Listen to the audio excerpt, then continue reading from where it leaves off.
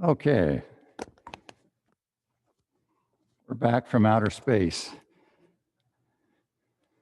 First of all, thank you, Dr. Jackson, for being with us and for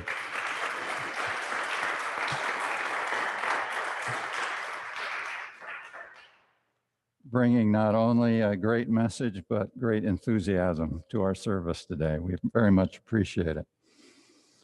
You're infectious in a very good sense. We're going to talk a little bit about stewardship today, and as the screen shows here, it's been a different year. Who needs to argue with that? And our stewardship focus is going to be a little different this year. Most of the time we talk about finances, and that's always important. We need to keep the lights on and the doors open and the staff paid, that's for sure. But given the fact that we have a new rector and his family coming, I wanted to focus a little bit more on the some of the other elements of stewardship. And then after I do that, Doug's going to go through the numbers with us. He will mention some of the financial aspects just so everybody's grounded in that. But let's start out by talking just a second about stewardship. And if you could flip to the next slide, Jeff. This is the big three we always hear about: time, talent, and treasure. I'm going to talk about the time and talent aspect of it. If you can move on to the next slide.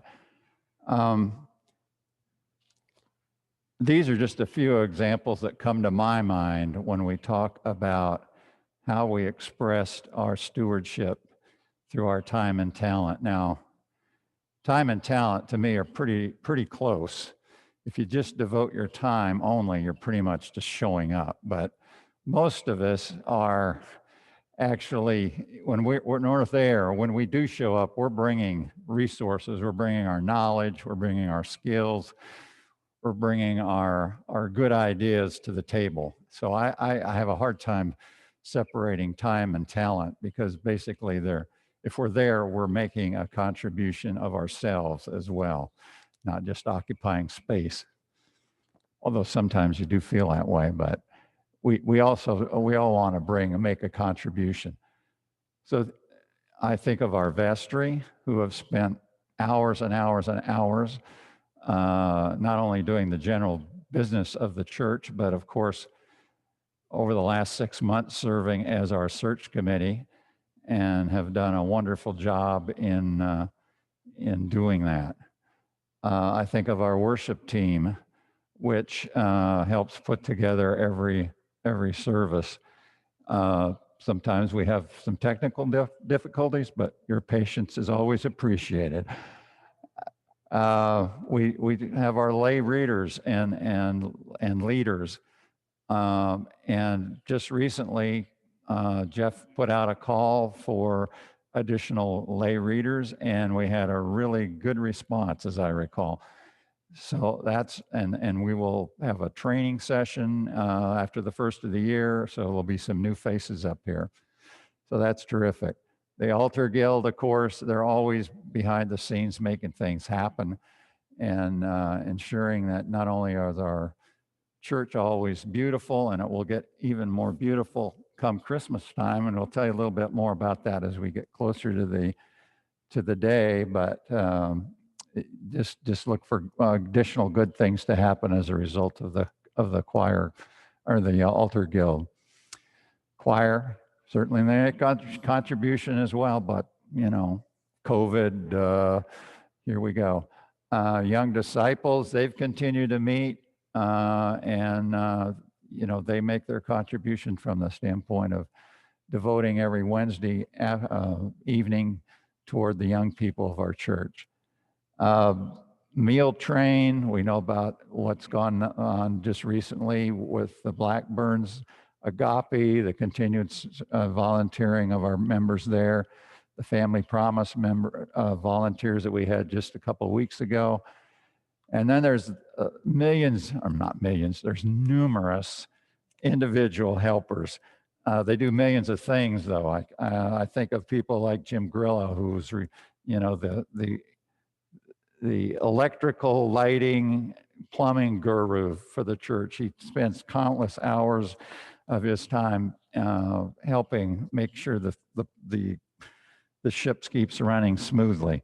I think of Dennis Muggenberg, of course, doing the not only the treasurer function, but he also now, this has just happened this year when we decided we could save some money by doing changing all the filters in the air in the building. And there are like, I don't know, 40 of them, and our different air conditioning and heating units. He does those all himself now, and has not only, shown stewardship through his actions, but also saved the church some funds in not having to hire an outside resource. I think of the Van Akens and the Giving Tree in the back here, and the work that they do now and will, and as the Christmas draws near, and the distribution of the gifts. The calling team that has been working with the people that have been staying at home because of COVID, and have been calling those individuals to make sure that they've got the spiritual and physical support they need to continue to feel a part of our family. The AV team, that's Jeff and Nancy Woods and Steve Clark. I hope you're, wherever you are, Steve, I hope you're listening. They've worked countless hours to help put in the new AV system that's going to be, watch that space back there. It's going to change very shortly. Things are about to happen back there. So these are just some of the examples that we already have in terms of stewardship, and we appreciate every bit of it. Now, my last slide, the future. We have a new rector and his family coming, as we all know, in the middle of January. I want you to begin thinking about what I'm thinking about. How can we support this treasure? And I can't underscore that enough, that God has blessed us with, this family that is coming to lead us we prayed for it, the new journey that lies ahead for us. So begin thinking about how you, through your feeling of stewardship, can help that be a successful journey. Amen. Thank you. There we go. Be welcoming. I mean, that's obvious. Obviously, well, we're going to have to be creative. We can't have a big hug everybody in Metcalf Hall like we like to do. We're going to have to be more creative on how we make this family feel welcome and a part of our community. So be thinking about that. When you see needs around the church or in our mission in the community, let's step forward and say, I can help. And if somebody else asks you to help, let's say yes as much as we can. I realize we got lots of restrictions and what we can and cannot do given the pandemic environment, but let's, to the extent we can, and certainly after the restrictions are lifted, let's be involved. Be patient and constructive. What do I mean by that? When we interviewed Father Nick, we asked him what did he feel was his greatest weakness. And he's such a great guy and so candid. He said, well, I've never been a rector before. He's been an assistant rector or associate rector at St. Christopher's in Florida. And he said, I'm going to need some help. He said, I'll make some mistakes. He said, I'll try to only make them once, but I'm going to need help. And when I do things wrong, I want to hear about it. When I do things right, I'd like to hear that too, of course. But that's why I'm saying, we're all a work in progress, and he fully admits he is too.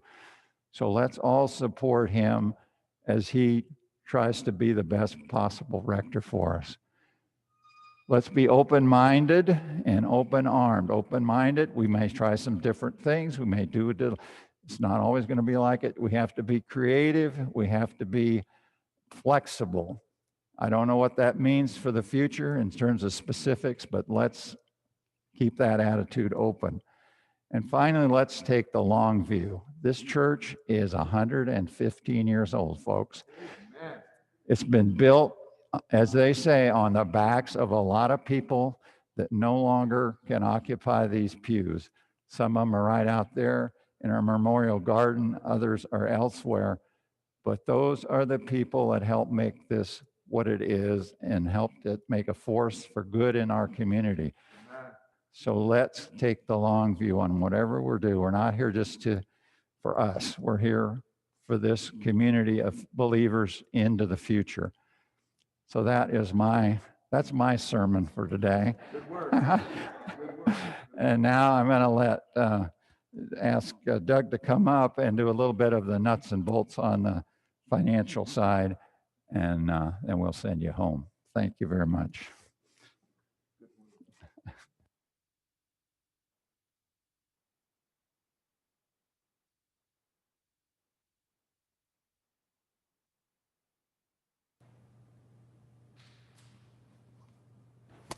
Good morning. Good. So Dan finished the time and talent portion of stewardship, so I'm going to go over the treasure portion. We'll start with our 2021 expense budget. So we decided to leave it unchanged from our 2020 budget, which was $429,000. The main reason for this was usually we would use the previous year's actual expenses to determine what we should use for the next year's. We don't think 2020 is indicative at all of what we'll ever see again. So we're just going to use the 2020 as our starting point. As a reminder, our 2020 budget, there was a $21,000 deficit that was built into it. That was erased this year due to staffing changes. We also received some CARES proceeds, which helped pay staff expenses during May and June. And so as of the end of October, we're at a surplus for the year of about $77,000 at this point. And so we've been able to use that to increase our financial reserves.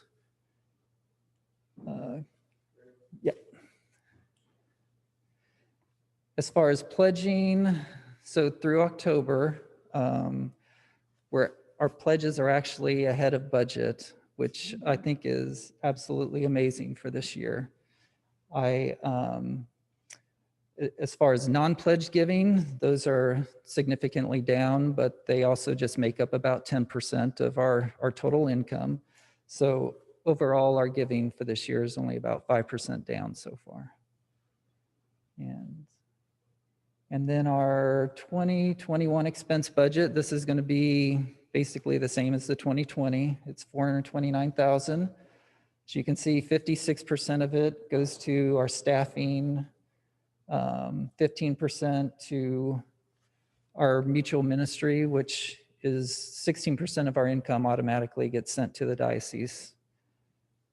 3% to major maintenance, 12% to insurance, 8% to utilities, 3% for office expense, and then about 1% each for youth ministry and ministry support. And so this is one of my favorite slides. So it gives you a pretty good idea of how the church is doing as far as liquid assets. So this does not include like the building or our rentals. This is just our RBES checking account and our Vanguard Vanguard investment account. So as you can see, it was decreasing each year for several years in a row there. In December of 2019, we sold one of our rentals, the 821 rental. And so that's that light blue section on the slide showing the increase in our assets there. And then of course, for 2020, like we've mentioned earlier, we've had a surplus so far this year, and so that's what's helped increase our financial reserves. And so 2021, so our changes that we're expecting, of course, from 2020 to 2021, we'll have our full-time rector salary and benefits. Those will be the same as that we had for our previous rector. We'll have some rector relocation costs, probably around $10,000 or so. Insurance costs, our building insurance does go up about 10% per year. In this case, we do expect an increase from our 2020 actual amounts, but it'll be less than our 2020 budgeted amounts because that budget was created before our 821 was sold, and so that decreased our insurance by a considerable amount. And of course, lost income when members move or life changes, which this year there's been a lot of life changes. And we also need to look at our outreach funds, since we weren't able to do the Twice Blessed sale this in 2020. And we aren't expecting any more CARES subsidies this year. And so our key dates, December 7th, the week of December 7th, we'll be mailing out our pledge cards and return envelopes.